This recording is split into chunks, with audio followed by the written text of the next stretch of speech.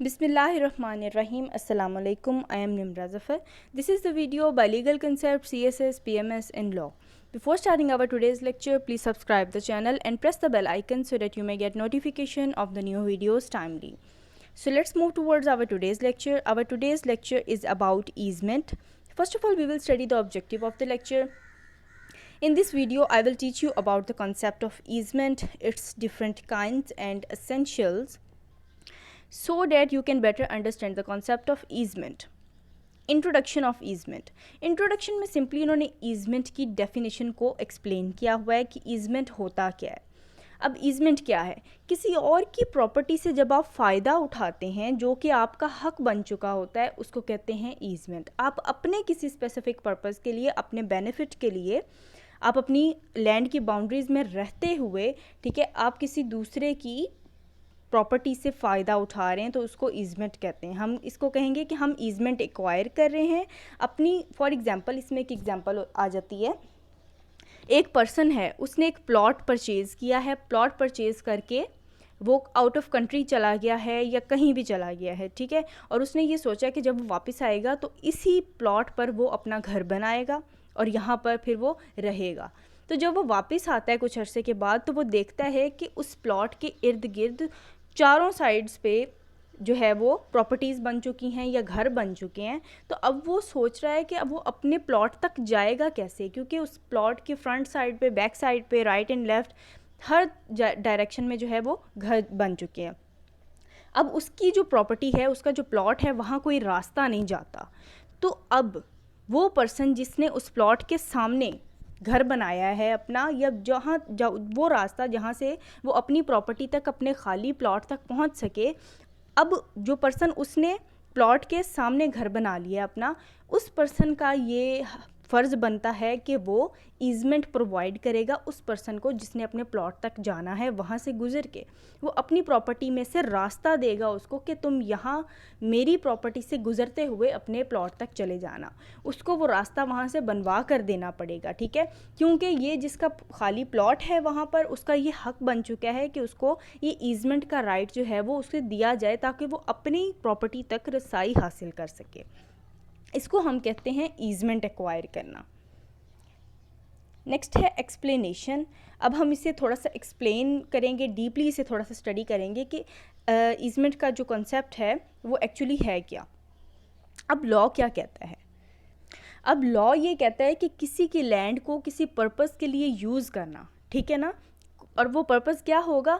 अपने बेनिफिट के लिए, किसी अपने फ़ायदे के लिए, ठीक है, उसको यूज़ करना, उसको हम कहते हैं ईजमेंट. लेकिन वो जो प्रॉपर्टी है जो वो ईजमेंट के लिए यूज़ कर रहा है, वो प्रॉपर्टी जो है वो उसके असल मालिक की ही रहेगी. उसकी पोजेशन भी उसके मालिक के पास ही होगी. उसकी पोजेशन आपको नहीं मिलेगी. आप सिर्फ उस लैंड को यूज़ कर रहे हैं अपनी लैंड तक रसाई हासिल करने के लिए. ये जो है इसे हम कहते हैं कि ये ईजमेंट है. नेक्स्ट है लिटरल मीनिंग. ईजमेंट के यहाँ पर उन्होंने दो लिटरल मीनिंग बताए हैं, द एक्ट ऑफ ईजिंग और the condition of being eased. अब यहाँ पर ईजमेंट का जो लिटरल मीनिंग है वो हमें वर्ड से ही पता चल रहा है कि ईज़ हासिल करना, ठीक है. आप अपने आप को ईजी कर रहे हो, अपने आप को आप कंफर्ट प्रोवाइड कर रहे हो. कंफर्ट और ईजी जो है वर्ड, ये है ईजमेंट के लिए, ठीक है. अब यहाँ पर है कंडीशन ऑफ बीइंग ईज्ड, कि आप खुद को ईज़ प्रोवाइड कर रहे हो, ठीक है. तो इसको कहेंगे कि हम क्या करें? ईजमेंट एक्वायर कर रहे हैं. Something that affords ease or comfort. तो ईज़ और कंफर्ट क्या हो गया? Easement. Next is definition. All the rights in re aliena of immovable property are called easement rights. अब जो यहाँ पर वर्ड है रीअलाइना, इसका मतलब क्या होता है? रीअलाइना का मतलब होता है जो चीज़ बेनिफिट के लिए हो, ठीक है. तो यहाँ पर डेफिनेशन क्या हुई? All the rights in रीअलाइना. ऐसे जो भी राइट्स होते हैं जो सिर्फ और सिर्फ बेनिफिट्स के लिए होते हैं, उनको हम क्या कहते हैं? ईजमेंट राइट्स कहते हैं. नेक्स्ट है ऑक्सफोर्ड डिक्शनरी क्या कहती है? Easement is the right of way or similar right over another's ground. अब यहाँ पर वो राइट ऑफ वे की एग्जांपल दे रहे हैं, ठीक है। जैसे कि राइट ऑफ वे है, हम रास्ता यूज़ करते हैं, ठीक है, अपनी लैंड तक जाने के लिए, तो ये भी क्या है, ईजमेंट है। और कहाँ से हम लोग जा रहे होते हैं, ओवर अनदर्स ग्राउंड, दूसरे की प्रॉपर्टी से गुजरते हुए जा रहे होते हैं। इसमें एक केस है attorney general for South Nigeria versus John hotel. Easement are those rights which an owner or occupier of the land में possesses in addition to his ordinary rights of property. अब वो कह रहे हैं कि ईजमेंट ऐसा extra right होता है जो कि आप अपनी प्रॉपर्टी के होते हुए आप एक एक्स्ट्रा ऑर्डनरी राइट को यूज़ करते हो, ठीक है ना। तो और क्यों यूज़ करते हो, आप अपनी राइट जो अपनी आपके पास प्रॉपर्टी है उसके राइट्स को इंजॉय करने के लिए, सही तरीके से अपने राइट्स को इंजॉय करने के लिए आप किसी दूसरे की प्रॉपर्टी से कोई फ़ायदा उठाते हो, तो उसको कहते हैं right of easement, which are legally exercisable. और ये लीगल भी है और एक्सरसाइजेबल भी है by him within the boundaries of his own land. Essential features of the easement right. अब असेंशियल फीचर्स मतलब असेंशियल्स कौन कौन से हैं ईजमेंट के, कि ईजमेंट का राइट एक्वायर करने के लिए कौन कौन सी चीज़ें ज़रूरी होती हैं। सबसे पहले डोमिनेंट एंड सर्वेंट हेरिटेज। अब ये दो टर्म्स जो हैं, dominant heritage and servant heritage, ये बहुत इंपॉर्टेंट टर्म्स हैं। इन टर्म्स को समझे बगैर हम ईजमेंट का कॉन्सेप्ट समझ नहीं सकते। अब ये दोनों टर्म्स क्या हैं, ये अब हम स्टडी करेंगे। डोमिनेंट हेरिटेज वो होती है, जैसे कि मैंने स्टार्ट में एक एग्जांपल दी कि एक पर्सन ने प्लॉट ख़रीदा है, ठीक है, और प्लॉट ख़रीद के वो आउट ऑफ कंट्री चला गया, ठीक है। जब वो वापस आया तो उसने देखा कि चारों तरफ, प्लॉट के चारों तरफ घर बन चुके हैं, अब वो कैसे पहुंचेगा अपने प्लॉट तक। तो अब उसका जो प्लॉट है वो क्या होगा, वो डोमिनेंट हेरिटेज होगा। और जिस लैंड से गुज़र के वो अपने प्लॉट तक जाएगा, मतलब जिस लैंड से वो ईजमेंट एक्वायर करेगा, किसी दूसरे की प्रॉपर्टी से गुज़रते हुए अपनी प्रॉपर्टी तक जाएगा, तो वो दूसरे की प्रॉपर्टी क्या होगी, वो सर्विएंट हेरिटेज होगी, ठीक है। तो सर्वेंट हेरिटेज जहाँ से आप ईजमेंट एक्वायर कर रहे हो, और जहाँ तक जाने के लिए, मतलब अपनी प्रॉपर्टी तक जाने के लिए आप ईजमेंट एक्वायर कर रहे हो, तो वो क्या होगा, डोमिनेंट हेरिटेज होगा। Number 2 is separate owners. Separate owners का क्या मतलब है कि दोनों प्रॉपर्टीज़ जो हैं, सर्विएंट हेरिटेज और डोमिनेंट हेरिटेज, वो एक ही पर्सन की नहीं होनी चाहिए, उसके जो ओनर्स हैं वो डिफरेंट होने चाहिए। जैसे कि वही प्लॉट वाली एग्जांपल लेते हैं, तो उस प्लॉट का जो मालिक था वो अलग था, ठीक है, और जिसके घर से गुजरते हुए वो अपने प्लॉट तक जाएगा उसका मालिक कोई और था, वो सिर्फ ईजमेंट एक्वायर करेगा, उसका मालिक नहीं बनेगा। तो दोनों properties, dominant heritage and servant heritage जो हैं, उनके जो ओनर्स होंगे वो डिफरेंट होंगे। Third point is beneficial enjoyment of property. अब ईजमेंट का जो एक और एसेंशियल है, वो जो सबसे एक जो इम्पॉर्टेंट चीज़ है ईजमेंट में, वो क्यों है कि ईजमेंट एक्वायर क्यों करते हैं हम। ईजमेंट एक्वायर करते ही इसलिए कि हम अपनी प्रॉपर्टी की बेनिफिशियल एंजॉयमेंट कर सकें। अपनी प्रॉपर्टी को एंजॉय करने के लिए, अपने राइट्स को एंजॉय करने के लिए हम ईजमेंट का राइट एक्वायर करते हैं, ठीक है। फोर्थ वन इज़ पॉजिटिव और नेगेटिव, कि ईजमेंट जो है वो पॉजिटिव भी होती है और नेगेटिव भी होती है। पॉजिटिव ईजमेंट क्या होती है कि जहाँ पर किसी काम का करना दिखाई दे आपको, ठीक है। पॉजिटिविटी और नेगेटिविटी के बारे में सबको पता होता है, ठीक है। किसी काम का करना वो पॉजिटिव होगा, किसी काम का ना करना वो नेगेटिव ईजमेंट होगा। जैसे कि अब हम लोगों ने एग्ज़ाम्पल ली थी, वही प्लॉट वाली एग्ज़ाम्पल।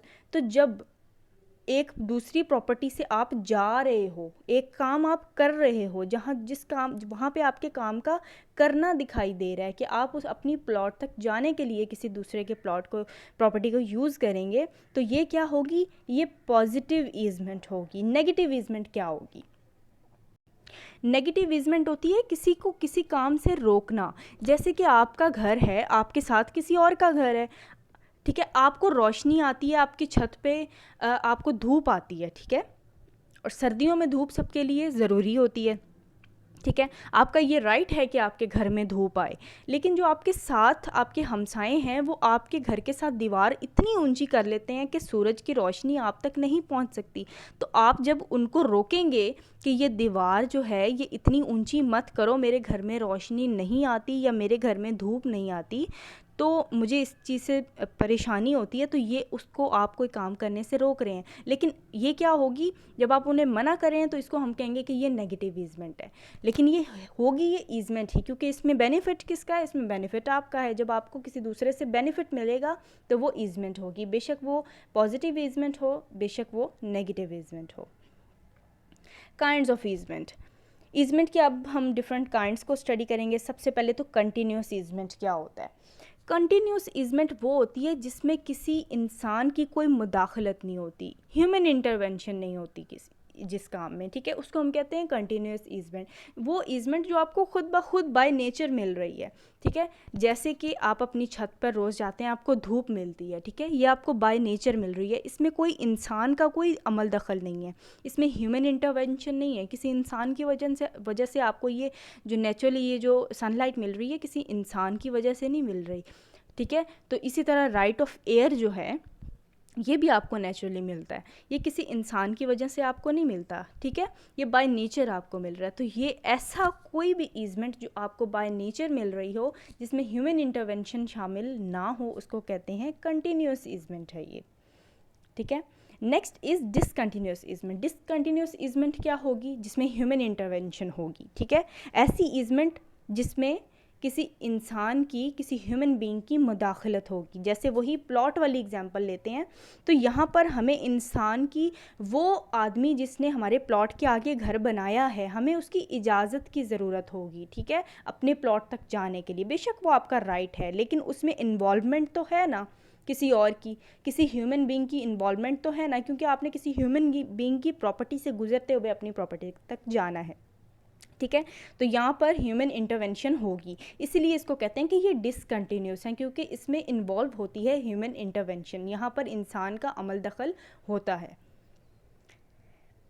नेक्स्ट है अपेरेंट ईजमेंट। क्या होती है ऐसी ईजमेंट जो आपको बाय साइंस नज़र आए, ठीक है, इसको कहते हैं अपेरेंट ईजमेंट। इसमें एग्जांपल्स आ जाती हैं। इसमें अब एग्जांपल कैसी आएगी कि हमने कहीं जाना है, ठीक है, हम कहीं जाते हैं तो सिटी में जगह जगह पर रोड्स के ऊपर साइन बोर्ड्स लगे होते हैं, आपको लोकेशन वो दे रहे होते हैं कि आप एरोज़ लगे होते हैं, आप इस तरफ जाएंगे तो आप यहाँ पहुँच जाएंगे। आपने जहाँ भी जाना होता है तो आप साइन बोर्ड्स को, ठीक है, आप उनको देखते हैं कि साइन बोर्ड्स पर देखेंगे वहाँ एरोज़ लगे होंगे तो आपको लोकेशन, एग्जैक्ट लोकेशन का आपको पता चल जाता है। तो ये होती है अपेरेंट ईजमेंट, आपके बेनिफिट के लिए है, आपको बेनिफिट मिल रहा है उस चीज़ से, ठीक है। तो ये क्या होगी, ये अपेरेंट ईजमेंट होगी, जो आपको अपेरेंट होती है, नज़र आती है खुद, तो ये अपेरेंट ईजमेंट होगी।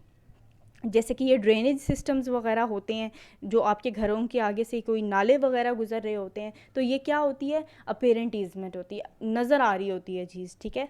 इसमें भी ह्यूमन इंटरवेंशन जो होती है वो होती है, शामिल होती है। ह्यूमन इंटरवेंशन कैसे शामिल होती है, क्योंकि ये जो काम किए गए होते हैं, साइन बोर्ड्स लगाए गए होते हैं, ड्रेनेज सिस्टम होता है, ये सब कुछ इंसानों का बनाया हुआ है, ठीक है, इसलिए इसमें भी ह्यूमन इंटरवेंशन होती है। अब अपेरेंट ईजमेंट और डिसकंटिन्यूस ईजमेंट जो हैं वो एक ही चीज़ हैं, तकरीबन उसको एक ही कहा जाता है, क्योंकि अपेरेंट ईजमेंट और डिसकंटिन्यूस ईजमेंट इन दोनों में ह्यूमन इंटरवेंशन होती है, ठीक है, इंसान का अमल दखल होता है। अब जो नॉन अपेरेंट ईजमेंट है वो क्या है, वो सेम एज कंटिन्यूस ईजमेंट है। नॉन अपेरेंट और कंटिन्यूस एक चीज़ है, और अपेरेंट और डिसकंटिन्यूस एक चीज़ है। अब नॉन अपेरेंट ईजमेंट क्या होती है, नॉन अपेरेंट ईजमेंट वो होती है जिसमें आपको कोई साइन नज़र ना आता हो, ठीक है, वो बाय नेचर हो, उसमें कोई ह्यूमन इंटरवेंशन नहीं है। जैसे कि ईजमेंट ऑफ लाइट, आपके घर में रोशनी आती है, सनलाइट आती है, दिन हो जाता है, रोशनी आती है, रात होती है, चांद की रोशनी आती है, इसमें ह्यूमन इंटरवेंशन नहीं है, ठीक है, इसमें कोई जो है ना आपको अपेरेंट नहीं होती कोई चीज़, ये बाय नेचर हो रहा होता है, एक्सटर्नल साइन पॉइंट्स नहीं होते इसमें, ठीक है। तो इसको हम कहते हैं नॉन अपेरेंट ईजमेंट। नेक्स्ट है पॉजिटिव ईजमेंट। पॉजिटिव ईजमेंट और नेगेटिव ईजमेंट मैं पहले एक्सप्लेन कर चुकी हूँ कि पॉजिटिव ईजमेंट में क्या होता है, जहाँ पर किसी काम का करना दिखाई दे, ठीक है, एग्जांपल दी थी राइट ऑफ वे की, ठीक है, कि आप किसी के घर से, किसी की प्रॉपर्टी से गुजर कर अपने घर जाते हैं, आप कोई काम कर रहे हैं, ठीक है, कोई काम ईजमेंट एक्वायर कर रहे हैं आप, ठीक है, तो इसको कहते हैं पॉजिटिव ईजमेंट। और नेगेटिव ईजमेंट में क्या होगा कि किसी काम को नहीं करने देना, ठीक है ना, तो ये नेगेटिव ईजमेंट होगी। नेगेटिव ईजमेंट में किसी काम को ना होने देना, किसी काम को करने से मना कर देना, ठीक है ना, उसको कहते हैं नेगेटिव ईजमेंट है। इसकी एग्जांपल भी मैंने आपको दी है कि आप रोक देते हैं अपने हमसाये को कि दीवार को ज़्यादा ऊंचा ना करो क्योंकि मेरे घर में सनलाइट नहीं आती, तो आप इस काम को करने से मना कर रहे हैं, लेकिन ईजमेंट तो आपको मिल रही है क्योंकि बेनिफिट किसका है, आपका बेनिफिट है, तो ये नेगेटिव ईजमेंट हो जाएगा। अब नेगेटिव ईजमेंट में एक और एग्जांपल है कि जैसे कि जो समझ लें कि मेरी एक प्रॉपर्टी है, मेरा घर है, ठीक है, मेरे घर के बिल्कुल साथ ही खाली प्लॉट है और जो प्लॉट वाली साइड है वहीं पे मेरे घर की दीवार पे एक विंडो भी है, ठीक है, जहाँ से मुझे हवा आती है, मुझे जो है ना रोशनी आती है, हवा आती है, ठीक है, तो ये मेरा राइट है कि that I can use my right of air, ठीक है। तो यहाँ पर जो भी इंसान आके उस प्लॉट को ख़रीदेगा तो वो सबसे पहले उसके साथ बिल्कुल उस विंडो को बंद नहीं कर सकता, उसको सबसे पहले तो जगह छोड़नी पड़ेगी थोड़ी सी ताकि मुझे हवा आती रहे, ताकि मैं अपना जो राइट ऑफ एयर है उसको यूज़ करूं, ठीक है ना। तो ये नेगेटिव ईजमेंट होगी ताकि क्योंकि मैं उसको रोकूंगी कि आपने बिल्कुल इस विंडो को बंद नहीं करना, पहले आप थोड़ी सी जगह छोड़ेंगे, फिर आप अपना प्रॉपर्टी जो है, अपना घर जो है वो बनाएंगे। ये होती है negative easement. Easement by necessity, necessity हम कहते हैं ज़रूरत को, ठीक है, ऐसी ईजमेंट जो ज़रूरत के तहत हो उसको कहते हैं ईजमेंट बाय नेसेसिटी। इसको हम कहते हैं कि एब्सोल्यूट नेसेसिटी पे बेस करती है, जो ईजमेंट असेंशियल होती है, जिसके बगैर गुजारा ही नहीं होता, उसको हम कहते हैं ईजमेंट बाय नेसेसिटी, ठीक है। इसकी में एग्जांपल है, अब ये असेंशियल नेसेसिटी जो होती है ना, ईजमेंट बाय नेसेसिटी, ये बहुत ज़रूरी होती है, इसके बगैर गुजारा ही नहीं होता। ये तो ऐसी ईजमेंट होती है जो आपको एक्वायर करनी होती है, ये आपका राइट होता है, ठीक है। इसमें एक एग्जांपल लेते हैं कि एक घर है, उसके दो पोर्शंस है, एक ऊपर वाला पोर्शन है, एक नीचे वाला पोर्शन है, ठीक है। अब जो उस घर का ओनर है उसने जो नीचे वाला पोर्शन है उसको लीज़ पर दे दिया, किराए पर दे दिया है, ऊपर वो खुद रह रहा है। तो अब जो ऊपर तक जाने का जो रास्ता है वो तो एक ही रास्ता होगा ना, वो नीचे वाले पोर्शन से गुजरता वही ऊपर वाले पोर्शन में जाएगा, इसके अलावा कोई हल है ही नहीं, ठीक है। तो ये क्या है, उसकी नेसेसिटी है, ज़रूरत है। तो यहाँ पर ईजमेंट उसको एक्वायर करने से कोई रोक नहीं सकता, वो ये उसका राइट है कि वो नीचे वाले पोर्शन से गुजरता हुआ ऊपर अपने पोर्शन में जाएगा। तो ये क्या होगी, ईजमेंट बाय नेसेसिटी। इसमें एक केस लॉ है। अब वो इस केस लॉ में क्या बता रहे हैं कि इट वॉज हेल्ड डेट, कि हेल्ड क्या हुआ, अब इस केस में का नतीजा क्या निकला। वो कहते हैं कि the easement by necessity is an easement without which property cannot be used at all। कि ये जो ईजमेंट ऑफ नेसेसिटी है ये एक ऐसी ईजमेंट है जिसके बगैर जो है, जिसको यूज़ किए बगैर आप अपनी प्रॉपर्टी को यूज़ कर ही नहीं सकते। जैसे अब जो उस दो पोर्शंस वाले घर का जो मालिक था वो अपनी ऊपर वाली प्रॉपर्टी को यूज़ कर ही नहीं सकता बिल्कुल भी, जब तक वो ईजमेंट ऑफ नेसेसिटी के राइट को यूज़ ही नहीं करेगा, ठीक है। मतलब वो जब तक नीचे से उस पोर्शन से गुजर के अपने ऊपर वाले पोर्शन तक नहीं जाएगा तब तक वो उस प्रॉपर्टी को यूज़ ही नहीं कर सकता, और ये उसकी ज़रूरत है कि वो वहाँ से गुजर कर अपनी प्रॉपर्टी में जाए।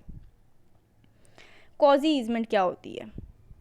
अब कॉजी ईजमेंट जो होती है ना, इसमें कोई एब्सोल्यूट नेसेसिटी नहीं होती, ठीक है, इसमें कोई ऐसी बहुत शदीद ज़रूरत नहीं होती, ये एक एक्स्ट्रा रीज़नेबल ज़रूरत होती है, एक्स्ट्रा ज़रूरत होती है, ठीक है ना। जैसे कि हवा या धूप का ना आना, ठीक है, ये ईजमेंट जो होती है ना ये बेसिकली पहले से ही मौजूद होती है। अब इसकी एक एग्जांपल लेते हैं हम।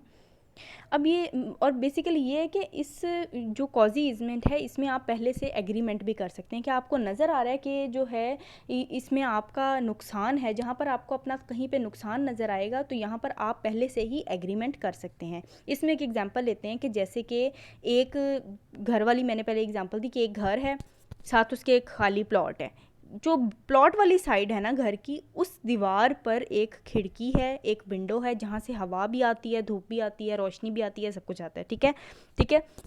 अब जो साथ वाला प्लॉट है ना वो भी उसी पर्सन का है जिसका घर है, ठीक है, दोनों प्रॉपर्टीज़ का मालिक वही बंदा है। अब जब वो अपने उस प्लॉट को बेचेगा तो फिर वो क्या करेगा, पहले ही एग्रीमेंट कर लेगा जिसको बेचना है उसने। जब वो प्लॉट बेचने लगेगा तो वो उस बंदे के साथ पहले ही एग्रीमेंट कर लेगा कि जब आपने इस प्लॉट पर घर बनाना है ना तो आपने अपनी बिल्डिंग को इतना ऊंचा नहीं करना, या फिर आपने अपनी बिल्डिंग को इस तरीके से नहीं बनाना कि मुझे ये खिड़की जो है यहाँ से हवा पानी हवा वगैरह ना आए या रोशनी वगैरह ना आए या सनलाइट ना आए, तो आपने अपने घर को इस तरीके से बनाना है। तो ये होता है कॉजी ईजमेंट। इसमें एक केस लॉ है। अच्छा जी, अब इसमें जो केस लॉ है वो उसमें हेल्ड क्या हुआ, उसका नतीजा ये निकला कि वो कहते हैं कि कॉजी ईजमेंट जो है वो ऐसी ईजमेंट है जिसमें आप अपनी जो एक पोर्शन की जो आपने सेल किया है पोर्शन, आप उस अपने पोर्शन की जो इन्जॉयमेंट है उसको वैसे ही इन्जॉय कर सकें जैसे आप पहले इन्जॉय कर रहे थे। ठीक है, मतलब ये ऐसी ईजमेंट है जिसमें आपको अपनी प्रॉपर्टी दूसरी सेल करने के बावजूद आपको कोई परेशानी ना हो। ठीक है, ये ऐसी ईजमेंट है जिसको आप पहले की तरह इन्जॉय कर सकें। जैसे कि यहाँ पर ऊपर इन्होंने कॉजी ईजमेंट में जो मैंने एग्जांपल बताई है वो तो कोई और है, लेकिन जो एग्जांपल इन्होंने बताई है वो ये है कि ए जो है वो द ओनर ऑफ 2 फील्ड्स, 2 खेतों का मालिक है, 2 फील्ड्स का मालिक है ए, एक ओनर है। ठीक है, उसने अपनी जो एक फील्ड है ना वो उसने बी को सेल कर दी है। ठीक है, the field retained was at the date of the sale was used for agriculture purposes only and was only accessible by the passing over the field sold by B। अब वो ये कहते हैं कि जो ए है उसने अपनी एक फील्ड को सेल किया है, दूसरी उसके पास है। अब वो अपनी फील्ड को एग्रीकल्चर पर्पसेस के लिए यूज़ करता है, वहाँ पर वो जो है वो गंदम वगैरह उगाता है या जो भी वहाँ पर वो कल्टीवेशन किसी भी चीज़ की करता है। अब वो कहते हैं कि उसको अपनी फील्ड तक पहुँचने के लिए अब उसको उस फील्ड से गुजरना पड़ता था पहले भी, जो कि उसने बी को अब सेल कर दी है। तो यहाँ पर उसका कॉजी ईजमेंट का राइट क्रिएट क्या होता है कि वो अपनी लैंड तक जाने के लिए, अपनी फील्ड तक जाने के लिए जो पहले जो रास्ता इस्तेमाल करता था वो रास्ता वो अब भी इस्तेमाल करेगा अपनी फील्ड तक पहुंचने के लिए। तो वो ये कहते हैं कि कॉजी ईजमेंट में क्या होता है, ये केस लॉ इस बात को एक्सप्लेन करता है कि कॉजी ईजमेंट में क्या होगा कि वो पर्सन अपना जो शेयर है उसको, जो उसकी प्रॉपर्टी है, जो दूसरी उसने पोर्शन सेल कर भी दी है, लेकिन अपनी प्रॉपर्टी को एंजॉय करने के लिए अगर उसको जो सेल आउट हुई हुई प्रॉपर्टी है वो अगर उसे पहले यूज़ करता था तो उसको वो बाद में भी वैसे ही यूज़ कर सकता है। अर्बन ईजमेंट क्या होती है, हम सबको पता है कि अर्बन एरियाज़ क्या होते हैं, रूरल एरियाज़ क्या होते हैं। ठीक है, urban easement is annex to houses, buildings, plazas, shopping centres and arcades in the cities. अब अर्बन एरियाज़ क्या होते हैं, जो शहरी इलाके होते हैं। अब यहाँ पर किस किस्म की ईजमेंट होती है, यहाँ पर ईजमेंट रिलेटेड होती है, घरों से रिलेटेड होती है, बिल्डिंग्स, प्लाजाज वगैरह जो बड़ी बड़ी बिल्डिंग्स होती हैं, यहाँ पर ईजमेंट वो इन चीज़ों से एक्वायर कर रहे होते हैं। मतलब शहरी इलाकों में जगह जगह पर घर बने होते हैं, जगह जगह पर प्लाजाज बने होते हैं, शॉपिंग मॉल्स होते हैं, सब कुछ होता है। ठीक है, तो ये जो अर्बन ईजमेंट है ये इन चीज़ों से रिलेटेड होती है। अब रूरल ईजमेंट क्या होती है, रूरल एरियाज़ कौन से होते हैं, जो विलेजेस एरियाज़ होते हैं, जो गाँव के जो एरियाज़ होते हैं उनको हम कहते हैं कि ये रूरल एरियाज़ होते हैं। ठीक है, अब यहाँ पर ईजमेंट किस किस्म की होगी, यहाँ पर तो दूर दूर घर होते हैं या इतने घर होते ही नहीं हैं, यहाँ पर ज़्यादातर जो हैं वो खुले मैदान होते हैं, खुली फील्ड्स होती हैं। ठीक है ना, अनकवर्ड एरियाज़ होते हैं। ठीक है, यहाँ पर बिल्डिंग्स वगैरह नहीं होती क्योंकि ये विलेजेस होते हैं। तो यहाँ पर ईजमेंट कैसे होगी, एग्जाम्पल है right of one farmer to graze his cattle in the field of another farmer. अब यहाँ पर रूरल एरियाज़ में ईजमेंट किस किस्म की होती है कि जैसे कि एक चरवाहा है, वो अपने जो रेवड़ होता है बकरियों वगैरह का या जितना भी उसका होता है, जिसको हम गल्ला वगैरह भी कहते हैं, तो वो लेकर अगर गुजरता है किसी और की फील्ड्स में से तो ये ईजमेंट होती है। ठीक है, उसका जो राइट ऑफ वे है वहाँ पे वो रूरल एरियाज़ में इस तरह का होता है कि कोई इंसान, कोई चरवाहा अपना रेवड़ लेके किसी और की ज़मीनों पर से गुजर के जा रहा है, तो ये रूरल एरियाज़ की ईजमेंट होती है। नेक्स्ट है कस्टमरी ईजमेंट क्या होती है, अकॉर्डिंग टू सेक्शन 18। सेक्शन 18 क्या कहता है, एन ईजमेंट में B acquired by the Vishu of a local custom.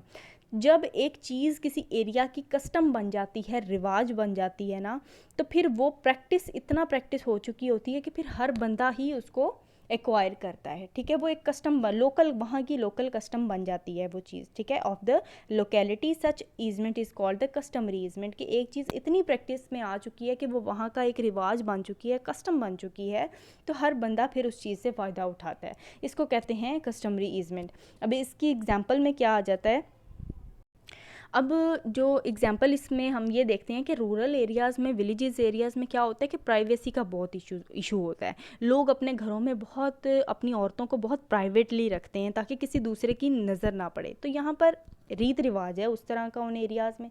तो यहाँ पे एक एग्जांपल लेते हैं कि जैसे ए का घर है, ठीक है, बी ने उसके साथ वाली जगह पर घर बनाया है। एक पर्सन का घर है, उसके बिल्कुल साथ बी ने घर बना लिया है, ठीक है, जो कि एक अलग पर्सन है, ठीक है। अब जो है बी की यहाँ पर ड्यूटी होगी और ए यहाँ पर क्या कस्टमरी इजमेंट एक्वायर करेगा कि वो बी को रोकेगा कि हमारे घर वाली साइड पे आपने कोई विंडो नहीं बनानी, क्योंकि हमारे घर में फिर आपकी नज़र पड़ेगी। हमारे घर में औरतें होती हैं, उनका बहुत सारे उनके प्राइवेसी इश्यूज़ होते हैं, ठीक है। तो यहाँ पर ए कौन सा राइट, कस्टमरी राइट, इजमेंट का राइट एक्वायर कर रहा है कि वो बी को, जो कि उसके साथ घर बना रहा है, उसे वो मना करेगा कि आपने हमारे घर वाली साइड पे जो है कोई विंडो वगैरह नहीं बनानी। ये होता है कस्टमरी इजमेंट। नेक्स्ट है easement by prescription. Easement by prescription क्या होता है? ये authorised by long time easement होती है। ऐसी ईजमेंट जो आप बहुत अरसे से एक्वायर कर रहे हैं और आपको किसी इंसान ने रोका भी नहीं है, कोई रोक टोक नहीं हुई, कोई इंटरप्शन नहीं हुई, किसी ने आपको इंटरप्ट नहीं किया। तो ये ईजमेंट जब आप 20 साल से एक्वायर कर रहे हों या 20 साल से ज़्यादा अरसे से आप ये ईजमेंट एक्वायर कर रहे हों, तो वो आपके लिए लीगलाइज्ड हो जाती है। बेशक आप बगैर किसी से पूछे वो ईजमेंट एक्वायर कर रहे हैं, ठीक है। आप किसी भी तरह की ईजमेंट एक्वायर कर रहे हैं और वो ईजमेंट लेते हुए आपको 20 साल हो जाएं या 20 साल से ज़्यादा का अरसा गुजर जाए, तो फिर वो ऑथराइज्ड हो जाती है, ठीक है, वो लीगल हो जाती है। वो आपके लिए लॉफुल हो जाएगी। आपको बाद में भी उसके लिए कोई रोक टोक नहीं होगी, कोई आपको रोक नहीं सकता। Next है conclusion. From the above discussion, one can easily conclude that easement means the right which the owner of the land possesses on the land of another.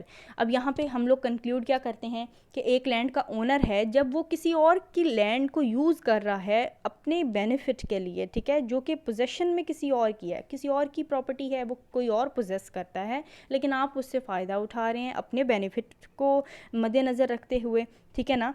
तो ये क्या होगा, इसको हम कहेंगे कि ये ईजमेंट है फॉर द बेनिफिट ओनली, ठीक है। रीअलाइना का वर्ड हम लोगों ने यूज़ किया था डेफिनेशन में, वो यही वर्ड है कि जो ईजमेंट सिर्फ बेनिफिट के लिए होती है उसको हम कहते हैं, जो ये है इसको हम रीअलाइना कहते हैं। Such rights are also called rights in re aliena. देखें वही बात आगे कि राइट्स इन रीअलाइना जो होते हैं, इसीलिए हम इनको कहते हैं कि जो कि बेनिफिट के लिए सिर्फ हम राइट को एक्वायर कर रहे होते हैं, तो इसको हम कहते हैं कि ईजमेंट है।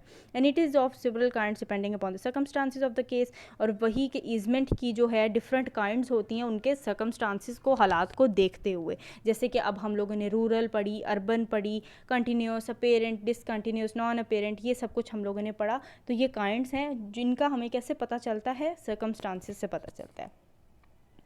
So this was all about our today's lecture. Thanks for watching the video, and if you like the video then don't forget to like, share and comment. Thank you so much.